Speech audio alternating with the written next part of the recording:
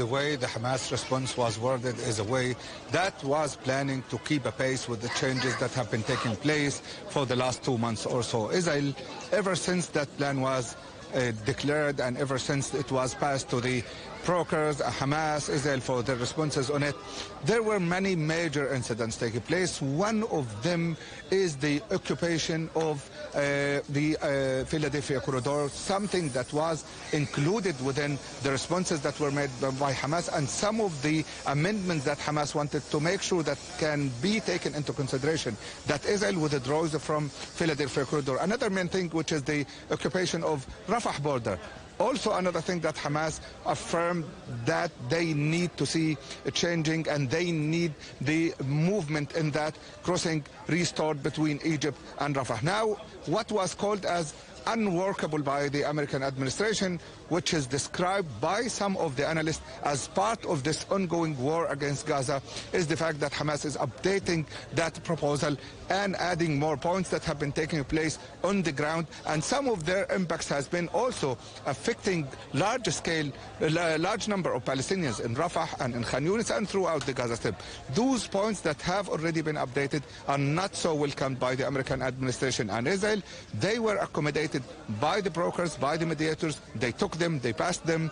Blinken was staying all night discussing them, but eventually he concluded that they are unworkable. And in the meantime, Hamas seems to be updating everything that has to do with the development on the ground, and that is exactly what bothers the United States and bothers Israel, because they want them do or die deal. You either accept it or reject it. And I think when it comes to negotiation, when it comes to diplomatic negotiations as well, this is not the way business is being done. And I think this is the main controversy between Hamas from one side and the Israelis and the Americans from the other side. You're at the Al-Aqsa hospital. What are you seeing there?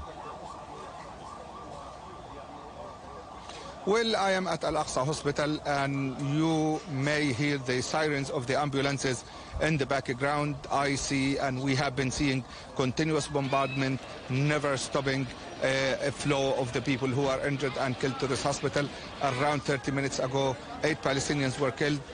5 Palestinians were killed, 8 others were injured, and they came to this area. Families are gathering right there to collect the bodies of their family members, to perform the prayer and then the farewell prayer, and then take them to bury them. This is the situation in the Gaza Central area. This has been the situation also in different parts of the Gaza Strip, including Gaza North. Beit Hanun area also experienced some bombardment today that took the lives of around 3 Palestinians.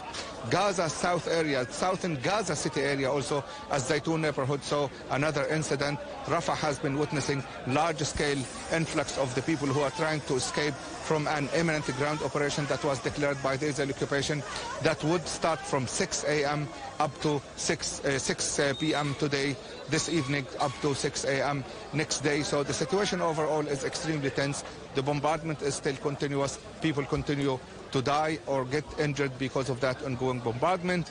Too much despair, very little hope, and I don't think the diplomatic communications or even the humanitarian affairs are helping to alleviate the suffering of the people. Akram, thank you for that. Our correspondent Akram Al-Satarri in Gaza.